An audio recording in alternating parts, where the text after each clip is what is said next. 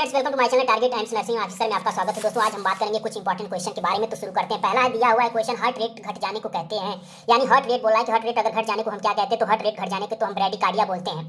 तो हम समझ लेते हैं कि हार्ट रेट का जो नॉर्मल रेंज होता है वो कितना कितना होता है। तो हार्ट रेट का नॉर्मल रेंज जो होता है 60 यानी 60 से 100 बीट्स पर मिनट होता है।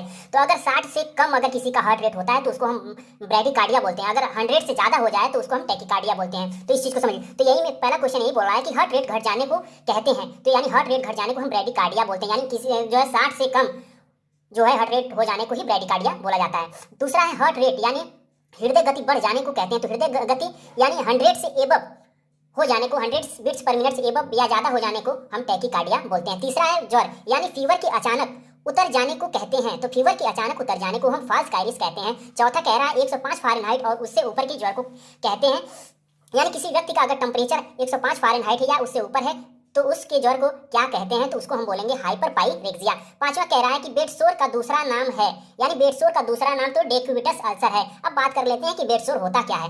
बेड सोर, अगर कोई पेशेंट है काफी लंबे टाइम से बेड पर अगर लेटा हुआ है तो बेड का जो प्रेशर है उसकी स्किन और टिश्यू पर दबाव डालते हैं, जिससे कंटिन्यू अगर प्रेशर दबाव अगर पड़ता रहता है तो वहाँ पे जो होता है स्किन और टिश्यू के पे जो प्रेशर पड़ने की वजह से वहाँ पे ब्लड का संचार बहुत कम हो जाता है, जिसकी वजह से वहाँ पे जो होता है कि घाव बन जाता है। तो उसी को हम कहते हैं बेड सोर।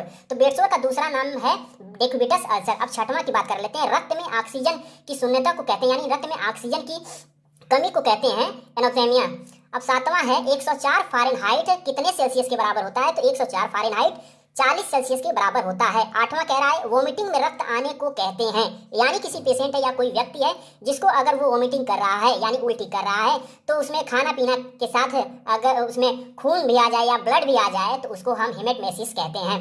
नौवां है जन्म के समय शिशु की नाड़ी गति यानी पल्स रेट जो होती है 130 से 140 बीट्स पर मिनट।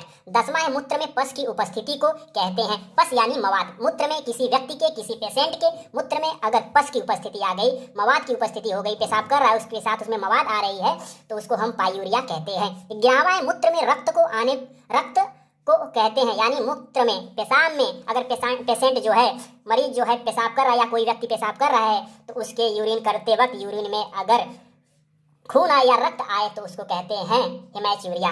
12वां है मूत्र की मात्रा कम आने को कहते हैं ओलिग्यूरिया। किसी व्यक्ति का जो हमारा 24 घंटे में जो नॉर्मल हमारा यूरिन का बना हुआ है वॉल्यूम 1000 से 2000 ml तक, अगर उससे बहुत कम आए तो उसको हम ओलिग्यूरिया कहते हैं। 13वां है मूत्र की मात्रा अधिक आने को कहते हैं पॉलीयूरिया।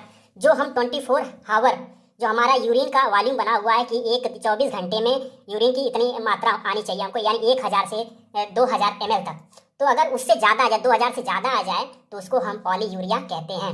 14वां है मूत्र में ग्लूकोज की मात्रा आने को, मूत्र में ग्लूकोज की मात्रा आने को ग्लाइकोजूरिया कहते हैं। 15वां है मूत्र बिल्कुल ना आने को कहते हैं एन्यूरिया।